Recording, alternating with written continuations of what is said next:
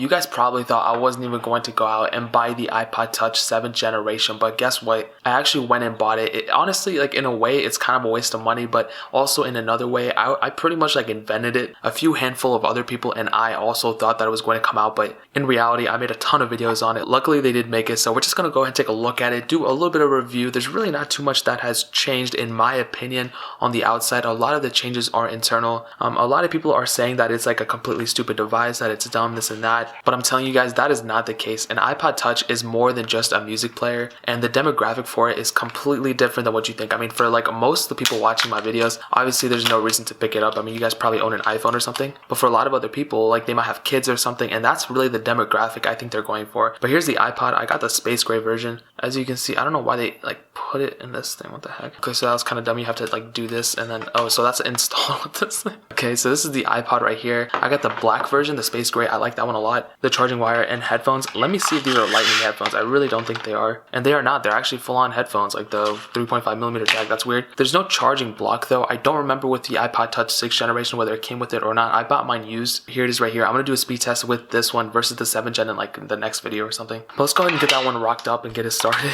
Okay, so it does have power in it. Okay, that's cool. Now while it's booting up, let me tell you right now, in terms of the way it feels, obviously it feels exactly the same like I stated. It's going to have pretty much the same thing. The thing that I don't understand is that I'm surprised that they kept the headphone jack, because I thought they were going to take it away, because I feel like they could have sold a lot more AirPods if they actually sealed that up, but I knew it probably ended up like them spending more money if they were to actually seal it up and change the whole entire body rather than just change the chipset inside of it. Oh my god, I changed it to a different language, man.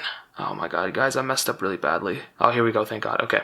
So I'm gonna go ahead and set this up. The one thing I love about iPods is that you don't need to put in a SIM card in order to activate it, which I find that to be the dumbest thing ever. With literally every other phone, with like Androids and whatever, even like Blackberries, you don't need a SIM card to set it up. And we're finally into the iPod Touch. Now, I don't want to spend too much time doing this review because honestly, like I said, not a lot has changed on the outside. Really, the main thing is that this device did get noticeably faster a lot, because we're coming from like the Apple A8 chip on the iPod Touch 6th gen, where we have the Apple A10 Fusion chip on the iPod Touch 7th gen, and that is a pretty big upgrade in and of itself. I did see one thing. I actually went to test it. Some people said that Race to Wake is enabled on this device, so I'm wondering if that is actually the case. As you can see, we do have Race to Wake now, so if you have an iPod Touch and you're like laying it down or something, if you lift it up, now it should actually be able to open, so that's really cool. At first I didn't think that was actually capable, but apparently the A10 Fusion chip brought that, so that is so cool. But I also thought the iPhone 6s had that too, which might be different. But let's go ahead and install some apps and let's go ahead and see how fast they run. I'm pretty sure, like I stated before, it's going to be a pretty fast device. I mean, the iPhone 7 was a really fast device too.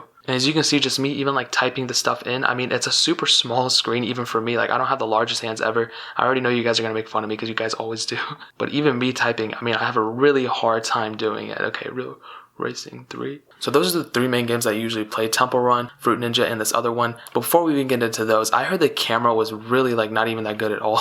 We're still rocking with the same 8 megapixel sensor on the back and a 0.2 megapixel sensor up front. And ultimately, I think you guys know, like, I don't really like talking about cameras that much, but this camera, in my opinion, isn't, like, it's not bad. At least the back camera. The front camera's not too good, but the back camera, it gets the job done. And if you're a little kid who's just using an iPod Touch, I honestly don't think you care about camera quality all that much. And also, you still have, like, some of the features. Like, you don't have portrait mode or anything like that, but you still have video. You still have, it's literally almost like the same exact camera on the iPod Touch 6th gen. It's just transported over into this one. I was wondering if they were going to bring Force Touch into this too, but again, that wasn't going to happen because this is a totally like one-to-one copy of the iPod Touch 6th gen. Let's go and load up Temple Run. Now this game should run perfectly fine. I don't see it being a problem at all. But from first glance, I'm already noticing that this device is heating up a little bit. And I think one of the biggest reasons as to why Apple pushed this was because of iOS 13. Apple did not want to go out and just totally abandon all iPods. They at least released this one to get another like year or two, at least 2 years out of iOS support for these iPods. So more people, and honestly, they even like put it as the same price. So I totally understand why they released it. And I don't know why it just glitched up right there. Temple Run's not even that big of a game.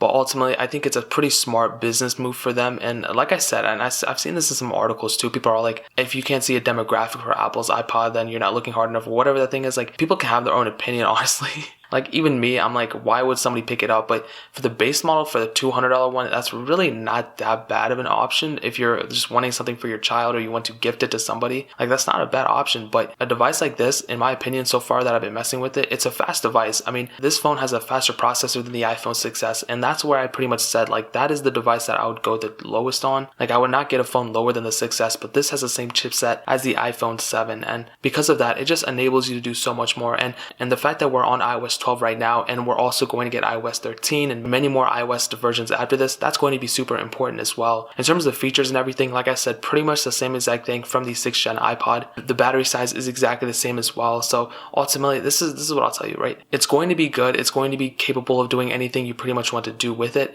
It's going to be fast enough for, you know, a gaming device or whatever. It is getting kind of hot though. That is one thing immediately that I've noticed. I don't know why it's getting so hot. Usually when I start up a device, it doesn't get this bad, but it is kind of getting a little hot. So that's one thing to keep in mind. As you can see, playing games is surprisingly, it's good. There's some glitch frames here and there. I'm not too sure why it's this glitchy. Okay, it seems like it's smoothing out a little bit more now. But when I started, it seems like it was glitching up quite a bit. Even now, it doesn't seem like it's as fast as I thought it was going to be. But it's not completely slow either, and I think it is a pretty big upgrade coming from an iPod Touch 6th gen. As you can see, this is pretty much the gameplay you are going to get from pretty intensive games. Is it completely slow? Absolutely not. I mean, it's 100% playable, but I think it might be a little bit slower than an iPhone 7, even though it has the same chipset, whatever. I'm curious to see whether this one has 2 gigs of RAM or more, because when I looked up the specs, I could not find anything to tell me whether it did have more than 1 gig. So I'm curious if that is the case, because I know the iPod Touch 6th gen had a 1 gig of RAM, but I don't know if this one had more. But as you can see, it's completely playable. I mean, it's not bad at all. Really, the main negative thing I can think of is probably just the camera sensor. I kind of wish they upgraded a little bit, even at least the front one, at least to like a 5 megapixel sensor. I feel like that's kind of a dropped ball. I mean, they have so many like camera sensors laying around. I'm pretty sure they could have put one in, but again, for them to keep that same $199 price tag, I'm sure they ran the numbers and figured it was just overall cheaper just to keep the same thing, and people probably wouldn't care as much. So I'm going to take Apple's word for this and just take their opinion on it. But overall, this is what I'll tell you. For me, being one of the ambassadors for the 7th gen iPod was a blessing.